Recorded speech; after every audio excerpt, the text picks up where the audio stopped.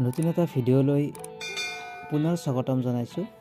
এই ভিডিঅ'টোত আমি আলোচনা কৰিম ভেলেণ্টাইন ডে'ৰ আঁৰত লুকাই থকা এটা কাহিনী, য'ত আপুনি জানিব পাৰিব কিয়নো আমি ভেলেণ্টাইন ডে' চেলিব্ৰেট কৰোঁ। প্ৰায় ৩য় শতিকাত ৰোম সাম্ৰাজ্যৰ ৰজা আছিল ক্লডিয়াছ II।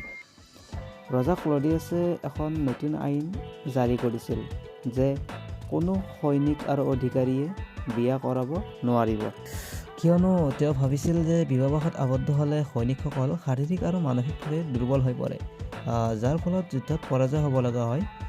ঠিক সেই সময়তে ৰোম সাম্ৰাজ্যত এজন পাদ্ৰী বসবাস কৰিছিল, যাৰ নাম আছিল ছেইণ্ট ভেলেণ্টাইন। তেওঁ ৰজা ক্লডিয়াছৰ এই নতুন আইনখনৰ সম্পূৰ্ণ বিৰোধ কৰিছিল আৰু সৈনিকসকলক বিয়া কৰাই দিয়া আৰম্ভ কৰি দিছিল। এই কথা যেতিয়া ৰজাৰ কাণত পৰিছিল, তেতিয়া ছেইণ্ট ভেলেণ্টাইনক কাৰাবন্দী কৰা হৈছিল। যিখন জেলত বন্দী হৈ আছিল সেই জেলৰ জেইলাৰ এজনী অন্ধ ছোৱালী আছিল। জেইলাৰে ছেইণ্ট ভেলেণ্টাইনক ছোৱালীজনী ঠিক কৰি দিব কৈছিল।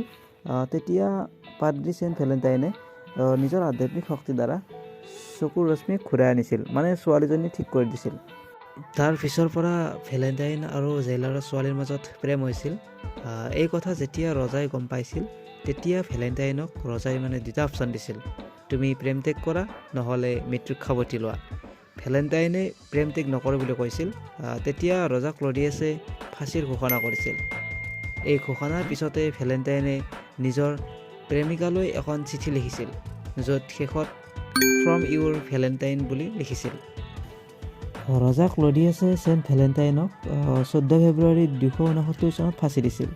আৰু তেতিয়াৰ পৰাই প্ৰতি বছৰে 14 ফেব্ৰুৱাৰী দিনটো ছেইণ্ট ভেলেণ্টাইনৰ স্মৃতিত ভেলেণ্টাইন ডে' হিচাপে পালন কৰা হয়, যাক আমি লাভাৰ্ছ ডে' বুলিও ক'ব পাৰোঁ। যিয়ে নহওক, মই ভাবোঁ প্ৰেম কৰিবৰ বাবে কোনো নিৰ্দিষ্ট দিনৰ প্ৰয়োজন নাই। প্ৰেমিক প্ৰেমিকাৰ বাবে প্ৰতিটো দিনেই ইম্পৰ্টেণ্ট, প্ৰতিটো মুহূৰ্ত ইম্পৰ্টেণ্ট। আশা কৰোঁ ভিডিঅ'টো চাই ভাল লাগিল। যদি ভাল লাগিল লাইক এটা কৰিব। কাহিনীটো জানি কেনেকুৱা পালে কমেণ্টত নিশ্চয় জনাব। এনেকুৱা ধৰণৰ ইণ্টাৰেষ্টিং টপিকৰ ওপৰত ভিডিঅ' পাই থাকিবৰ বাবে চেনেলটো ছাবস্ক্ৰাইব কৰিব নাপাহৰিব। ধন্যবাদ। জয় অসম।